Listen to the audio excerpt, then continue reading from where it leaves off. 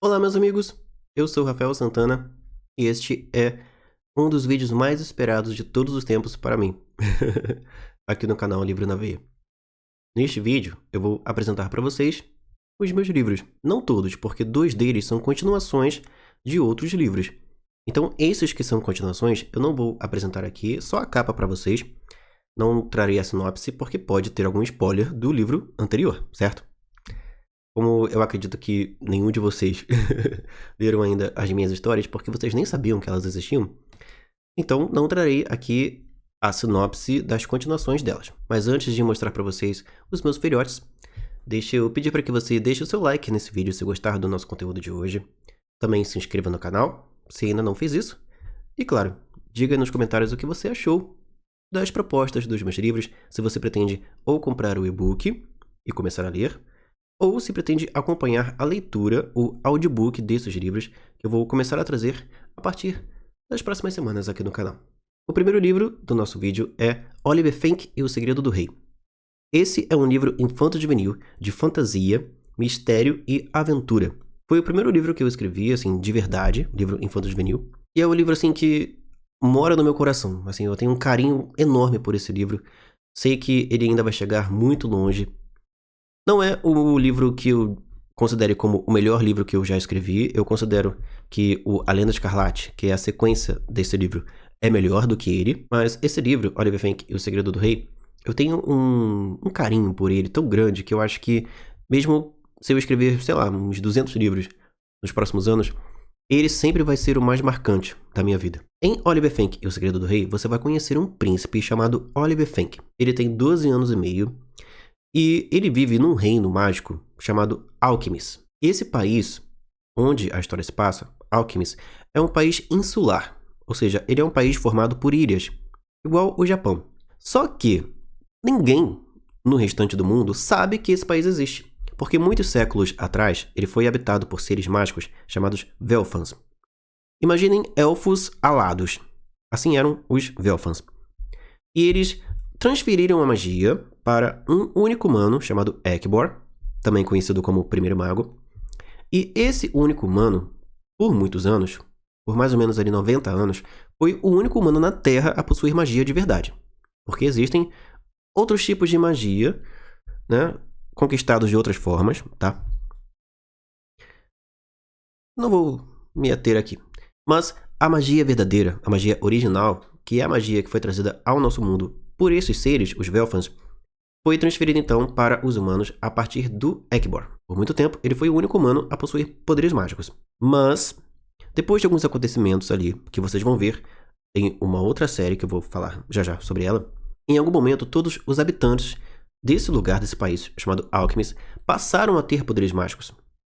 Mas eles tiveram que viver meio que isolados do mundo, porque a magia precisou ser protegida do restante da humanidade.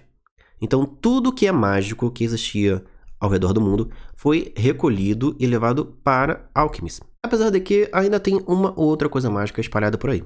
Por isso existem os Guardiões da Magia, que são pessoas que saem de Alquemis e andam disfarçadas pelo mundo para conseguirem recolher as últimas coisas mágicas que existem por aí. Esse reino, Alquemis, sempre foi governado desde a sua fundação pela família Fenk. Já existiram 7 reis diferentes ao longo dos séculos, e atualmente o rei de Alquemis é Edgard Fenk, que é o pai de Oliver Fink, nosso príncipe e protagonista do livro. Oliver é um garoto curioso que gosta de se comunicar, gosta de estar perto das pessoas, gosta de ter amigos. Mas ele passa por alguns problemas, porque ele se sente muito solitário. Ele é a única criança que vive no castelo dos seus pais, da sua família. Ele está o tempo inteiro sendo vigiado pelos Legionários da Virtude, que são como são chamados os militares aqui da nossa história, certo? A força militar de Alquemis são os Legionários da Virtude, ou a Legião da Virtude, que é o nome correto aqui da instituição desses guerreiros, que protegem tanto o castelo quanto o restante do reino. Oliver está o tempo inteiro sendo vigiado, e mesmo tendo quase 13 anos, ele sempre teve e ainda continua tendo babás. As últimas fugiram, né, de certo modo, do castelo. Foram embora, se demitiram sem um motivo, né, muito específico, pelo menos para o Oliver. E isso é uma das coisas que ele não compreende. Por que elas simplesmente se demitiram, fugiram, sumiram do mapa? Porque as pessoas por quem ele mais se apegou no castelo foram exatamente essas babás. E elas simplesmente foram embora. O Oliver vive então nesse castelo com seus pais, com o Lorik, que é o chefe da guarda do castelo, a pessoa que lidera os Legionários da Virtude que comandam ali a segurança do castelo. Vive ali também um mago protetor, um mago específico para cuidar da família real, para proteger a família real, chamado Egrok. O chefe da guarda se chama Lorik, tá? E temos também outros personagens aqui. Temos, por exemplo, a Elba Holly Clark, que é a governanta do castelo. É a mulher que comanda a arrumação do castelo, que comanda as pessoas que trabalham na cozinha, que trabalham na limpeza. Ela que cuida dessa parte aí, da manutenção, certo? Do castelo. E é uma mulher bem ranzinza, tá? Aquele tipo de coroa assim que você não vai querer por perto. Outro personagem icônico aqui do castelo é o Rufus. Ele é um urso de tapeçaria. Ou seja, ele é uma tapeçaria. Vocês sabem o que é uma tapeçaria, né? É normalmente um tapete com uma ilustração ali, uma figura que foi tecida, certo? Com linhas ali, formando a tapeçaria. O Rufus fica no quarto do Oliver, que fica numa das torres do castelo, na maior torre do castelo. E ele sai da tapeçaria sempre que ele quer e assume a forma de um urso, não de carne e osso. Ele é um urso mágico, feito de tecido, feito de linhas. E ele é o melhor amigo do Oliver ali no castelo. É com ele que o Oliver tem suas confidências, suas brincadeiras. É um amigão, uma espécie de animal de estimação do Oliver. O Oliver, além da solidão, além de se sentir vigiado o tempo inteiro e de certo modo rejeitado, tanto no castelo, porque ele não sabe se as pessoas gostam dele porque gostam de verdade ou se é porque ele é o príncipe. E tem também a questão de que tem muitas regras para ele. Tem uma parte do livro que ele reclama que ele não pode nem soltar um pum, porque príncipes não fazem isso. Tem muitas regras que os príncipes precisam seguir. No colégio onde ele estuda, que se chama Academia Wyler, ele vive uma perseguição diária de alguns garotos lá, entre eles o Victor Higfaber, que já foi amigo dele, já conviveu inclusive com ele no castelo, e por algum motivo, numa certa noite, passou a odiar o Oliver, depois de uma certa noite. Que ele foi dormir no castelo. Tem muitos mistérios, muitos segredos nessa história. E aí, o que acontece? Além de todas essas questões, o Oliver ainda tem uma doença chamada atalafiante aguda. Ele foi picado aos 7 anos por uma cobra mágica, que tem aqui na história, chamada Serpenfogo. E o veneno dessa cobra precisou ser contido por um elixir, chamado Elixir Mata-Morte, que o Oliver precisa tomar 2 vezes ao dia, todo santo dia. Um elixir asqueroso, com gosto horrível, um aspecto, parece uma lama preta, e ele precisa tomar todos os dias esse elixir para se manter vivo, porque é a magia desse elixir que mantém o veneno sob controle, meio que aprisionado ali, na corrente sanguínea do Oliver. Não tem como retirar esse veneno dessa serpenfogo do Oliver, do corpo dele. O que pode ser feito é conter esse veneno em uma parte do corpo, não deixar que o veneno se alastre e chegue ao cérebro ou ao coração. Então, se por acaso o Oliver não tomar esse elixir, ele pode morrer a qualquer momento. E um detalhe, esse elixir é preparado pelo Egrok, que é o mago protetor do castelo, certo? E aí o Oliver tem essa vida, vigiado o tempo todo, cheio de regras, ele se sente solitário. No colégio, que é o único lugar onde ele convive com crianças da idade dele, ele é perseguido, as pessoas o evitam, por ele ser um príncipe e tal, e por outras questões também, né? Rola um boato aí sobre o Oliver que não é muito agradável, e por isso as pessoas têm medo dele lá no colégio, as outras crianças. Mas o Oliver segue a vida dele. E atualmente ele tem uma nova babá. Essa nova babá se chama Wanda McBride, e ela é uma jovem de mais ou menos ali 22 anos, que está muito empolgada com o novo emprego. E ela se aproxima do Oliver. Ela começa uma amizade genuína com ele. Mas ele ainda tem um pé atrás, porque todas as antigas babás foram embora. Largaram ele como se ele não fosse nada. E ele tem receio que a Wanda, né, faça isso também com ele. Ele tem receio de começar uma amizade com ela, de se apegar a ela e de repente ela se demitir e nem se despedir dele como as outras babás fizeram. Uma questão assim que envolve a Wanda, são duas na verdade. É que o Lorik, o chefe da guarda do castelo, que é uma pessoa que o Oliver gosta bastante, um grande amigo do rei, o Lorik, chefe da guarda, e o Egrok, o mago protetor do castelo, conhecem o Edgard, que é o rei, desde quando eram garotos. Mas o Eggnog e o Lorik não se bicam, eles se odeiam. Tem motivos aí, tá? E, aparentemente, o Lorik também não gosta muito da Wanda. Ele, sempre que esbarra com ela pelo castelo, ele olha com uma cara feia pra ela. Ele tem alguma coisa aí contra ela. E o Oliver, em uma das cenas do início do livro, até tenta descobrir, né? Até questiona. Por que o senhor sempre olha feio pra ela? Mas ele desconversa. Tem mistério aí também. Tem, então, essa questão envolvendo a Wanda, de que o Lorik tem alguma coisa contra ela, certo? E tem também uma questão de que a Wanda é muito curiosa em uma coisa muito específica. Ela quer descobrir, saber quem foi a primeira babá do Oliver. Mas a razão a gente só vai conhecer mais pra frente no livro.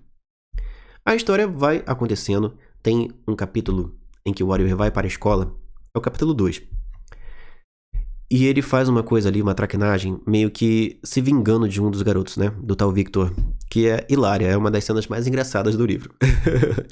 Não falei do prólogo, gente. No prólogo... Não vou falar, não. Vamos deixar o prólogo que acontece uma coisa X ali, como disse a Tati Feltrin. Só vão saber lendo o livro, o e-book, ou ouvindo a leitura dos capítulos, se Oliver Fink for o livro escolhido por vocês, tá? Para ser lido primeiro aqui no canal. A história vai avançando, até que chega um acontecimento muito importante no reino e na família Fink. O aniversário de 15 anos do casamento do rei e da rainha, do Edgard e da Nabila, os pais do Oliver. Uma festança, assim, de gala, aquela coisa, sabe, nobre. Coisa de primeiríssima mão. Vai acontecer no castelo. Só gente da alta, gente poderosa mesmo, gente muito importante, granfinos, vão participar dessa festa. E aí, vai ter um convidado. A Siri se manifestando aqui no meu tablet. Vai ter um convidado especial aí nessa festa. O capítulo que tem esses acontecimentos dessa festa se chama O Convidado de Duas Cabeças. Não direi mais nada. O que posso dizer é que vai ter...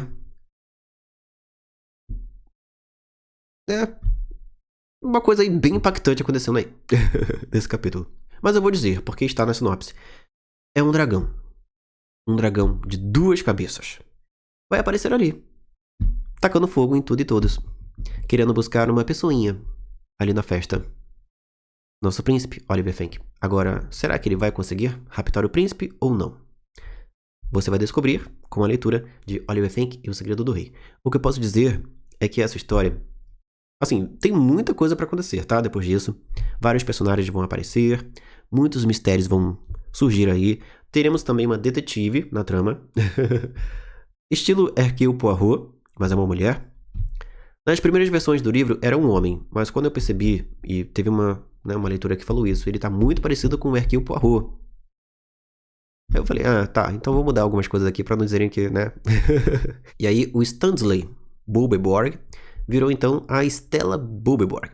Então, atualmente na história, essa detetive é uma mulher, mas já foi um homem em versões anteriores. Quem leu, leu, quem não leu, não vai ler mais. E a Stella é também uma das minhas personagens preferidas na história. Tem o Morph, tem o Epp, tem o Shang, a Lisadora, tem vários personagens aí que vão aparecer, tá? Ao longo do livro. Essa então é a trama que aguarda por você em Oliver Fink e o Segredo do Rei. A continuação de Oliver Fink e o Segredo do Rei se chama A Lenda Escarlate. E ela também já está disponível na Amazon. Tanto o livro 1 quanto o livro 2 estão também no Kindle Unlimited, tá? Estão em e-book por um preço muito bacana que você pode comprar. Ou se você for assinante do Kindle Unlimited, pode lê-los, tá? Pelo Kindle Unlimited. Todos os meus e-books estão disponíveis também no Kindle Unlimited. O livro que eu escrevi depois do primeiro Oliver Fink foi A Fã do Jota, que atualmente se chama O Maior de Todos. Esse livro, vou mostrar aqui a capa para vocês, a capa nova, tá? Não está disponível ainda na Amazon, eu retirei de lá para fazer algumas revisões, algumas alterações, principalmente em questões ali que envolviam as informações a respeito da AIDS, do HIV e de como é a vida de um soro positivo, certo? Então, depois que eu fiz as melhorias, as correções, pus as informações corretas, certo? Coisa que eu tinha cometido uns equívocos antes, mas foram resolvidos. Num futuro breve, logo logo eu vou dizer para vocês qual vai ser a data certinha, mas ainda este mês, ou mais tardar início de outubro, teremos o retorno, a republicação de O Maior de Todos lá na Amazon, certo? Então, se você quiser conhecer essa história, logo, logo ela estará de volta lá na Amazon, em formato e-book, tá? A história de O Maior de Todos tem 3 personagens principais. Temos o Joaquim e a Susana, que são filho e mãe, certo? Eles vivem no Rio de Janeiro, porém eles vão se mudar para uma cidade chamada Nobre Espinho. Por quê? O Joaquim descobriu, mexendo ali no computador do pai, descobriu que o pai estava traindo a sua esposa, a mãe dele, né? Do Joaquim, a Susana. E depois que essa traição veio à tona, assim, já havia um histórico de problemas na relação dos pais do Joaquim. E a descoberta dessa traição meio que foi a gota d'água para a separação acontecer.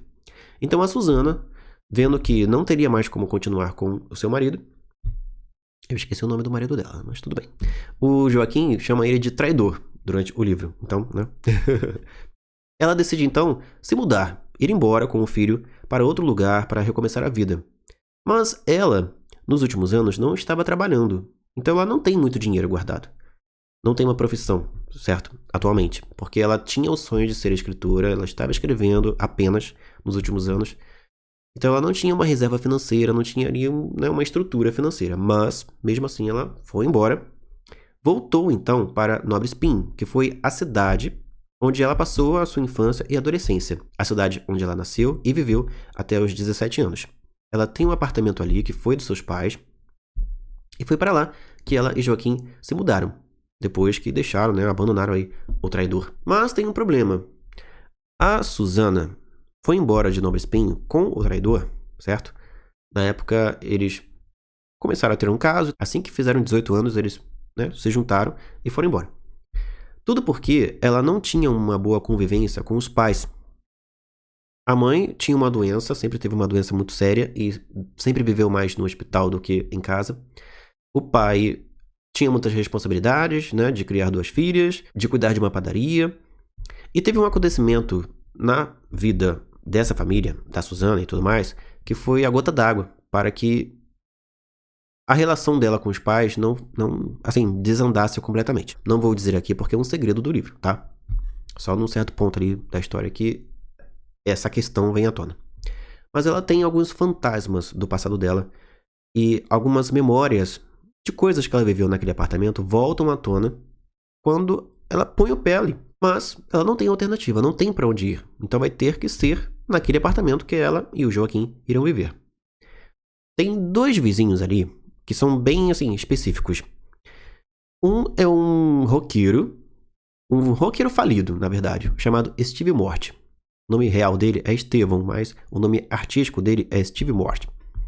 Ele participava de uma banda, era o vocalista de uma banda, mas a banda faliu, ele teve uma briga ali com um dos componentes e foi embora. E atualmente ele está sem um tostão furado, vivendo de ajuda de um tio e tentando se reerguer e tal, mas não tá rolando não. Ele é um dos vizinhos ali do corredor, certo? Do andar onde o Joaquim e a Susana vão viver.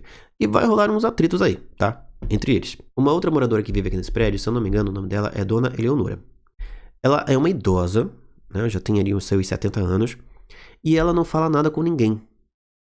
Mas ela tem umas encaradas. Ela olha assim, sabe, pra você, mas ela atravessa o seu corpo. Ela vai direto na sua alma, sabe? E aparentemente ela tem alguma coisa ali, algum detalhe, né, da vida dela envolvendo aquele apartamento onde o Joaquim e a Susana, né, terão que morar. A cena onde ela aparece pela primeira vez, ela simplesmente entra no apartamento sem ser chamada, olha a sala de estar, encara o Joaquim e a Susana e depois sai como se nada tivesse acontecido. É uma senhorinha e misteriosa. Outros moradores desse prédio, onde o Joaquim e a mãe irão viver, são a família... Agora eu esqueci o sobrenome deles. Mas são 2 amigos. Uma se chama Pamela, acho que é Pamela e Gustavo, os 2 amigos de infância da Susana. Eles são os pais de uma garota chamada Letícia, que é chamada na maior parte do livro de Leti, é o apelido dela. E ela vai se aproximar ali como amiga, certo? Do Joaquim. Ela é uma garota muito extrovertida, muito falante, muito provocativa também, né? Ela não tem muito filtro para algumas coisas.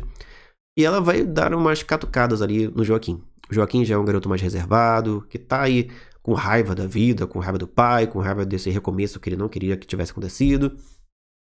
E com raiva também da mãe, porque aparentemente ela tá guardando alguns segredos dele. Porque o Joaquim, ali na primeira noite, no apartamento, encontra um livro com vários rabiscos, palavras escritas ali no livro, a caneta, e algumas páginas estavam com manchas marrons. Alguma coisa, algum líquido caiu naquelas páginas e mancharam elas de marrom. E aí, de duas uma. Ou foi ketchup, como diz a Susana, certo? A gente entornou ketchup, né, por engano aí, por acidente, nesse livro.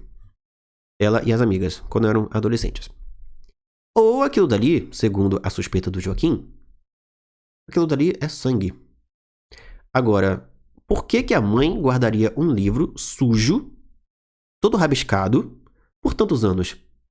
E ainda ficaria atormentada, literalmente atormentada, pelo fato do Joaquim ter encontrado esse livro e querer ficar com esse livro. Tem mistérios aí nessa história. Vai chegar um ponto da história que o Joaquim vai ter que recomeçar as aulas, né, numa nova escola. E nessa nova escola ele vai conhecer alguns personagens bem detestáveis, alguns encrenqueiros, o diretor da escola, que também é um personagem bem controverso, e um garoto chamado Diego, que é soropositivo e que sofre bullying nesse colégio. Ele é um menino também muito tímido, muito reservado, isolado. E o Joaquim vai colocar na sua cabeça que ele precisa fazer amizade com esse garoto. Que ele tem que ser um porto seguro para esse garoto, que ele tem que ajudar esse menino. Mas vai ter algumas dificuldades aí nessa amizade. Porque o Diego, ele tem muitas mágoas da vida, de outras situações, de outras circunstâncias que ele viveu ao longo dos últimos anos. Desde que o fato dele ser soropositivo tornou-se algo público, algo que todo mundo sabe. Ele perdeu amigos e ganhou detratores. E agora é muito difícil para ele se abrir para novas pessoas, começar uma relação de amizade ou até amorosa com alguém. E aí?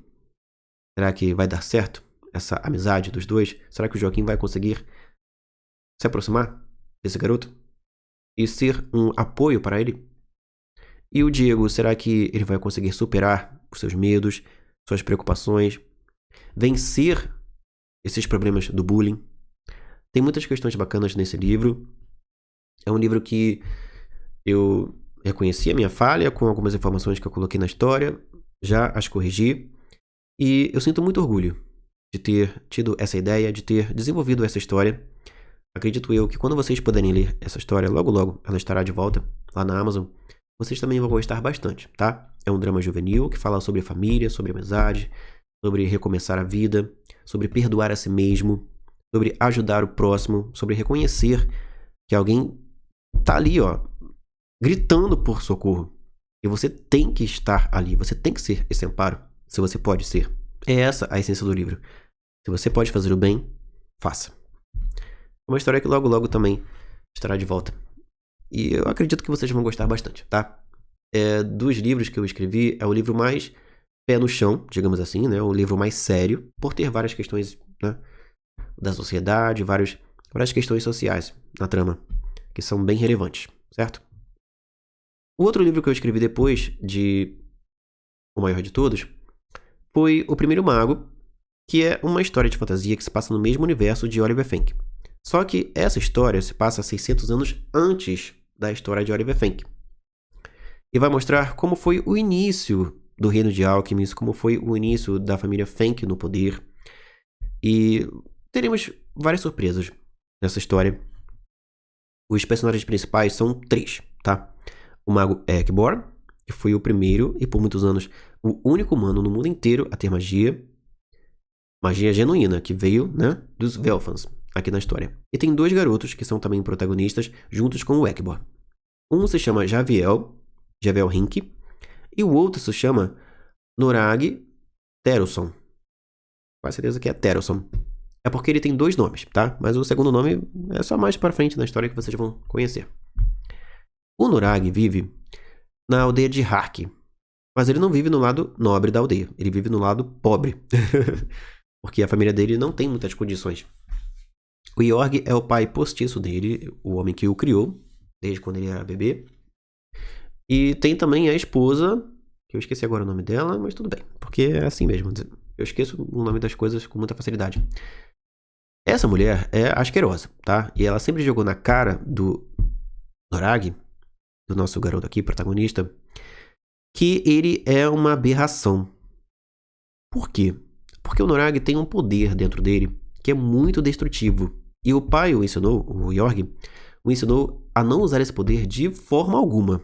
Por mais que ele estivesse em perigo, por mais que ele estivesse, sei lá, em alguma situação arriscada, que ele precisasse, que ele tivesse a opção de usar esse poder para se salvar, ele não poderia usar. Porque é um poder amaldiçoado, um poder maldito. Que mais pra frente na história a gente vai saber que se chama Chama da Morte. É o nome desse poder que está em Norag. O outro garoto é o Javiel. Ele vive em Alchemist, que nesse ponto da história, né, de O Primeiro Mago, era uma floresta, certo? Um local ali, uma localidade, uma parte do reino, onde viviam os seres mágicos e onde vivia o Egbor, o Primeiro Mago. Ele era responsável por cuidar de toda a magia e também de ser uma espécie de presidente, digamos assim, né? De governante desses seres mágicos. Algumas raças de seres mágicos, algumas espécies de seres mágicos, possuem meio que seus governantes próprios, possuem suas sociedades. Existem os povos mágicos pacíficos, que são esses povos de seres mágicos e vivem em harmonia e tudo mais. E existem as raças nefastas, que são seres mágicos das trevas, problemáticos.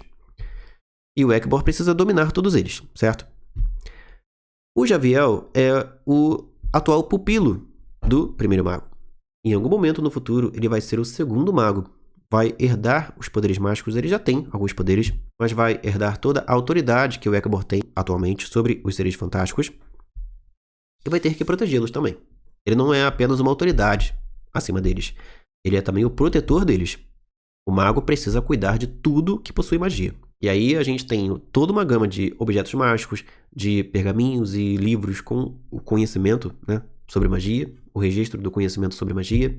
Tem a fauna e a flora mágicas, muitas coisas que o Javiel terá que cuidar no futuro, quando ele se tornar o mago real oficial aqui da história. Atualmente, o Egbor é o único mago que tem. E um detalhe, os magos, tanto em Oliver Fink quanto em Primeiro Mago, que é o primeiro livro da trilogia Primórdios da Magia, os magos são imortais. A partir do momento que eles se tornam magos, eles são imortalizados. E eles só perdem a imortalidade se eles cometerem um assassinato contra outro ser humano. Se eles matarem um ser humano, eles perdem a imortalidade. Se tornam mortais novamente. E durante esse livro, o Egbor vai viver um dilema. Porque ele vai perceber que o Norag vai meio que começar a se tornar um futuro inimigo. Um futuro inimigo, inclusive, que o Javiel, seu aprendiz, não vai dar conta, não vai conseguir derrotar. E aí, vai sobrar para quem enfrentar um dia o Norag? Uma questão importante, só para encerrar aqui a sinopse de O Primeiro Mago, é que o Javiel se menospreza muito. Ele tem um complexo de inferioridade muito grande. Ele acha que nunca vai chegar aos pés do Egbor. Nunca vai ser um mago como ele. E vai ter aí, durante a sua jornada de aprendizado e, né, de convívio com esse mago e com outros personagens aqui também, tem a Ruska. Gente, eu esqueci qual é a raça mágica da Ruska. Não tô conseguindo me lembrar, mas depois. Depois eu conto. Ela é um ser mágico baixinho, com cabelos azuis. Eu não tô conseguindo lembrar qual é o nome da criatura mágica. Eu mesmo inventei, mas tudo bem. Tem a Ruska, que é uma das melhores amigas do Javiel. E tem o Figurto, que é um jovem centauro, que também tem ali alguns complexos por causa do irmão dele, que é um, sabe, Ludar, o nome do irmão dele. É um centauro muito arrogante, muito prepotente, que se acha o tal, e que vive menosprezando o irmão, que vive atormentando também o irmão, o Figurto. Vai ter muita aventura, muita ação, muita fantasia nessa história. E alguns segredos também, tá? Que são revelados aqui e que reverberam na história de Oliver Fink. Tem coisas de Oliver Fink que reverberam aqui e coisas de Primeiro Mago que reverberam em Oliver Fink. Estão interligadas nessas histórias. A sequência de O Primeiro Mago se chama O Legado Supremo. E tem todo um segredo aí nessa capa, tá, gente? A pessoa que está nessa capa aí tem todo um, né? Essa cena que foi retratada na capa, que eu mesmo que desenhei, ela tem todo um mistério, todo um segredo por trás dela, tá? Só lendo o livro pra saber. Então, eu já apresentei os 2 livros do Oliver Fenck, os 2 de Primórdios da Magia e o maior de todos. Agora vamos para O Ano Terrível de Tony Mortadella. Que é um dos meus livros preferidos também. De todos os livros, esse é o que tem mais avaliações lá na Amazon. Os meus livros não tem tanta avaliação assim, porque eu nunca... Tirando essa divulgação com a Tati Feltrin, que eu fiz muitos anos atrás, em 2016, depois eu não fiz mais nenhuma grande divulgação. Então, né, eu republiquei o livro, né, com as alterações que eu fiz e tal, com a nova capa. E aí as avaliações antigas sumiram, né? E depois eu não fiz uma divulgação de fato dos livros.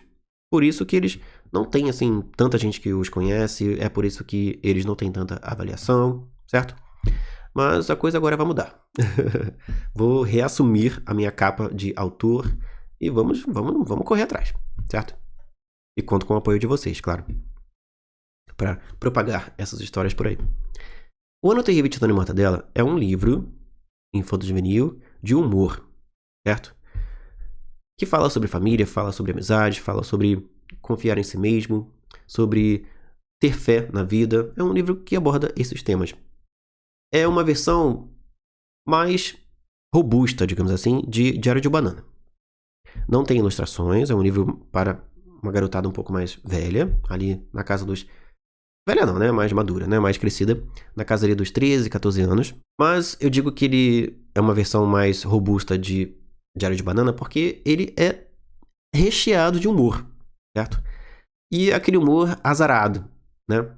É um menino chamado Tony, ou Antônio Caster, mas na maior parte do tempo é chamado de Tony, que vai ser amaldiçoado por uma bruxa num certo dia, no início ali de dezembro. Num certo dia, no início de dezembro, o Tony e a mãe foram até o supermercado da cidade deles. A história se passa numa cidade chamada Casa Amarela. Eu sempre invento uma cidade para ser o lugar onde a história se passa, tá? Eu não uso... Eu até menciono cidades reais, mas a história em si sempre passa em algum lugar fictício, certo? Tipo as novelas do Valcer Carrasco. Ele sempre inventava uma cidade quando as novelas eram de época. Ele sempre inventava cidades, e eu gostava bastante disso. E decidi fazer isso nos meus livros também. Casa Amarela é uma cidade bem tranquila, bem pacata, sabe? E a família do Tony vive lá. Ele vai até o supermercado da cidade, chamado Tarlo, com a mãe para fazer as compras do mês. No início ali do mês e tal. Quando eles chegam no caixa para pagar, a caixa é uma senhorinha bem carrancuda, com uma cara assim bem abominável, assim bem, né, medonha.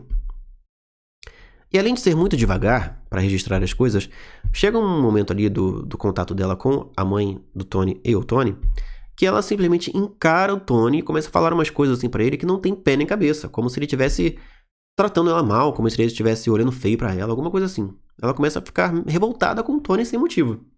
E chega um ponto que ela literalmente o amaldiçoa. Ela diz que ele, a partir daquele dia, ia viver um completo azar na sua vida. Que todos os dias da vida dele seriam azarados. E literalmente, a partir daquele momento, depois que essa maldição acontece, certo?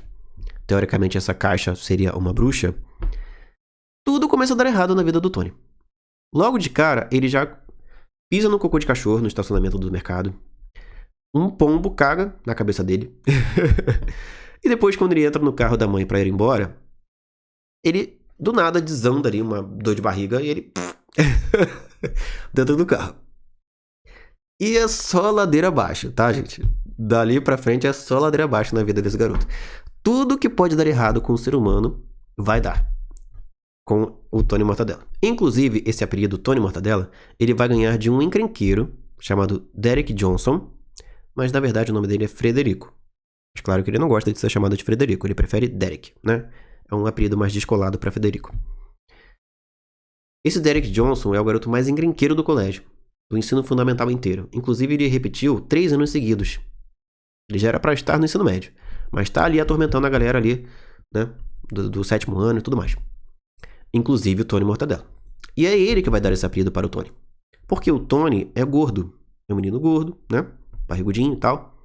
Ele vai olhar para o Tony, numa das implicâncias, e vai pensar assim: ah, e o Tony estava levando sanduíche de mortadela para a escola, porque a mãe dele, como teria todos os gastos, né, de Natal, Ano Novo, tal, no final do ano, ela está economizando dinheiro no início do mês de dezembro, certo? Então, o Tony e seus irmãos, ele tem 2 irmãos, a Cynthia, que é a irmã mais velha, que vive pegando no pé dele, e o Tobias, que é o irmãozinho mais novo e atormentado dele, certo?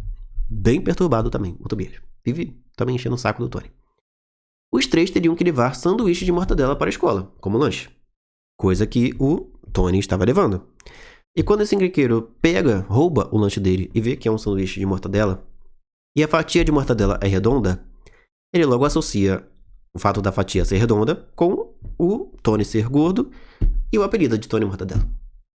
A partir dali, todo mundo no colégio teria que chamá-lo de Tony Mortadela. Mas isso é o de menos, porque ele vai sofrer cada coisa assim que ao mesmo tempo dá pena dele, mas também faz a gente morrer de rir.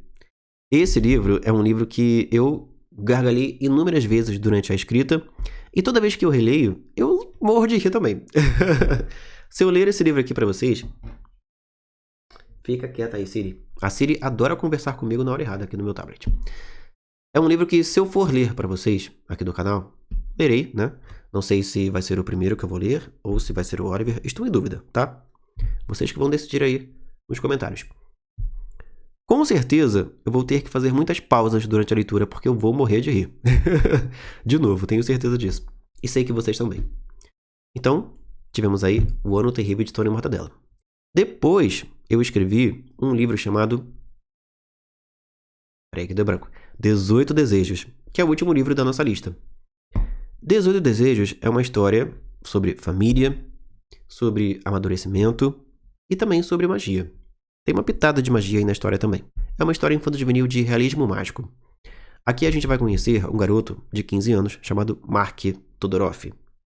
Ele descende de um imigrante russo, certo? Por isso que ele tem esse sobrenome, Todorov. E numa certa manhã de sábado, no meio do verão, certo? Nas férias de verão, os pais dele decidem ir até uma cidade bem lá no fundão do estado do Rio de Janeiro, chamada Rabo de Peixe. Também uma cidade inventada, tá, gente? Fictícia. Nessa cidade vive a tia, por parte de pai, do Mark, chamada Catarina. Mas, na maior parte do livro, ela é chamada de Nina, é o apelido dela. Ela é irmã gêmea do pai do Mark. E eles não se falam há anos. Já tem pelo menos uns 17 anos que eles não se falam. E o Mark não entende por que de repente o pai decidiu visitar a tia Nina.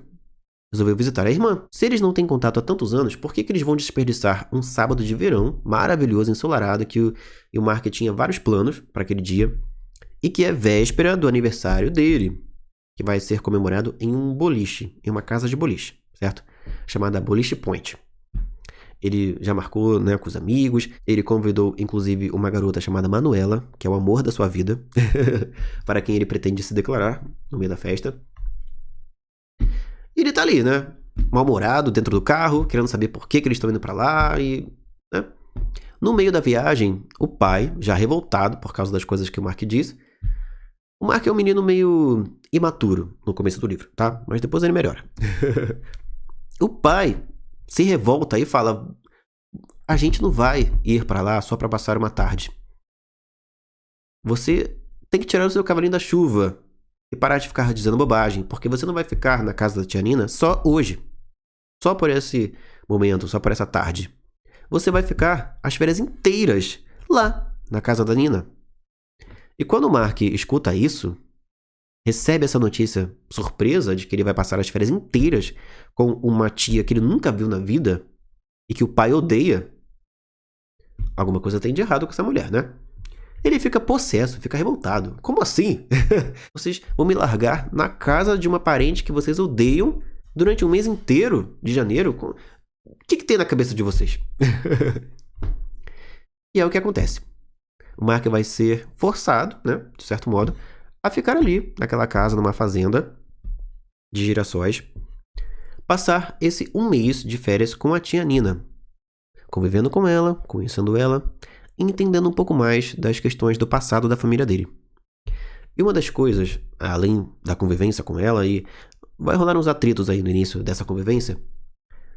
Uma das coisas que vão ser reveladas, né, e trazidas à tona na vida do Mark é um bracelete mágico que está na família Todorov, na família do seu pai, há mais ou menos 200 anos. E esse bracelete concede 18 desejos. Silêncio, Siri. 18 desejos para o seu portador, para o seu dono. Mas tem algumas regras aí, tá? Apenas o primogênito da família Todorov, o atual primogênito da família, certo? Da nova geração da família, vai ter o direito de herdar esse bracelete. No caso, a pessoa que vai herdar agora, na geração atual da família, é o Mark, que ele é o filho primogênito da atual geração da família, certo? Ele tem uma irmãzinha que tem mais ou menos ali 8 anos, e ela, então, no caso, vai herdar a fazenda, e o Mark vai herdar o bracelete. E no futuro, né, vai depender de qual dos dois vai ter um filho primeiro. Mas a próxima criança Todorov que nascer, que pode ser filho do Mark ou da irmãzinha dele, vai ser então a nova dona desse bracelete que concede 18 desejos, certo? A realização de 18 desejos. Que não podem ser desejos que causem dano a alguém ou que realizem coisas assim de cobiça, de ambição, sabe? Como, por exemplo, eu quero ficar milionário. Não é o tipo de desejo que vai se realizar. Tem alguns tipos específicos de desejos, tá? Que vão se realizar se você fizer esse pedido para o bracelete. Mas tem alguma coisa errada aí, né, com esse bracelete. Porque um ou outro desejo do Mark vai ser bem egoísta. E vão funcionar, vão acontecer. Entre eles, ter um Camaro que anda sozinho, que funciona sem ele precisar dirigir. Que meio que tem vida própria. Esse vai ser um dos desejos do Mark. E várias coisas vão acontecer. Esse menino vai viver altas aventuras. Altas situações também ali de amadurecimento, de entender que nem tudo é só, sabe, o que a gente quer. Hoje o mundo não gira à nossa volta, né? E a gente precisa, em algumas situações da vida, tomar decisões importantes. E o Mark vai ter que tomar uma decisão importante na história. Porque mais pra frente, no livro, ele vai descobrir duas coisas. Uma é que a sua tia logo irá morrer. E a outra é que uma catástrofe está para acontecer em Rabo de Peixe, naquela cidade. E ele precisa deixar pelo menos um desejo reservado ali, não pode gastar esse desejo, para quando essa catástrofe vier a acontecer. Eles sabem o que vai acontecer, mas não sabem quando vai acontecer, ou como. E muita coisa vem por aí, certo? Nessa história que eu não vou contar mais para não entregar demais para vocês. Nossa, estou aqui há quase 1 hora falando. E é isso, pessoal. Essas são as sinopses dos meus livros que estão atualmente disponíveis na Amazon, menos o maior de todos, que será republicado logo. Assim que eu tiver uma data, trarei para vocês. E agora vem o momento da decisão, tá? Você que acompanhou esse vídeo até aqui, vai decidir aí nos comentários. E eu vou fazer uma enquete também, logo no canal também, na aba comunidade, para vocês votarem e decidirem qual livro tem que ser o primeiro a ser lido por mim aqui no canal para vocês. A ser trazido numa série de audiobooks, certo? Um vídeo com a leitura de 1 ou 2 capítulos. Se forem capítulos muito curtos, em sequência, aí eu leio mais de um no mesmo vídeo. Se for um capítulo mais longo, aí lerei um só, para o vídeo não ficar muito grande. E vocês vão decidir agora qual o livro que precisa ser lido primeiro. Qual o livro que você mais se interessou, certo? Dos que eu apresentei aqui. Se foi Oliver Fink e o Segredo do Rei, o volume 1. Se foi O Primeiro Mago, essa história que se passa 600 anos antes de Oliver Fink. Que pode ser lida antes, tá? Até porque Oliver Fink tem um ou outro spoiler de O Primeiro Mago, certo? Alguns acontecimentos de O Primeiro Mago são citados em Oliver Fink. Se você quer ouvir a leitura de O Ano Terrível de Tony Mortadella ou de 18 Desejos primeiro. Qual desses 4 livros vocês querem ver primeiro aqui no canal, sendo lidos aqui no canal? Vocês vão votar, sugerindo aí nos comentários ou lá na enquete que eu vou liberar agorinha mesmo, lá na aba comunidade do canal. Deixe o seu voto lá na enquete ou aqui nos comentários, dizendo qual o livro que você tem mais curiosidade em conhecer. E claro, se você puder, compre os e-books, leia os livros, tá? Você pode tanto assistir aos vídeos com a leitura que eu vou fazer aqui no canal, quanto ler o livro por conta própria, sem esperar que os vídeos fiquem saindo aqui, beleza?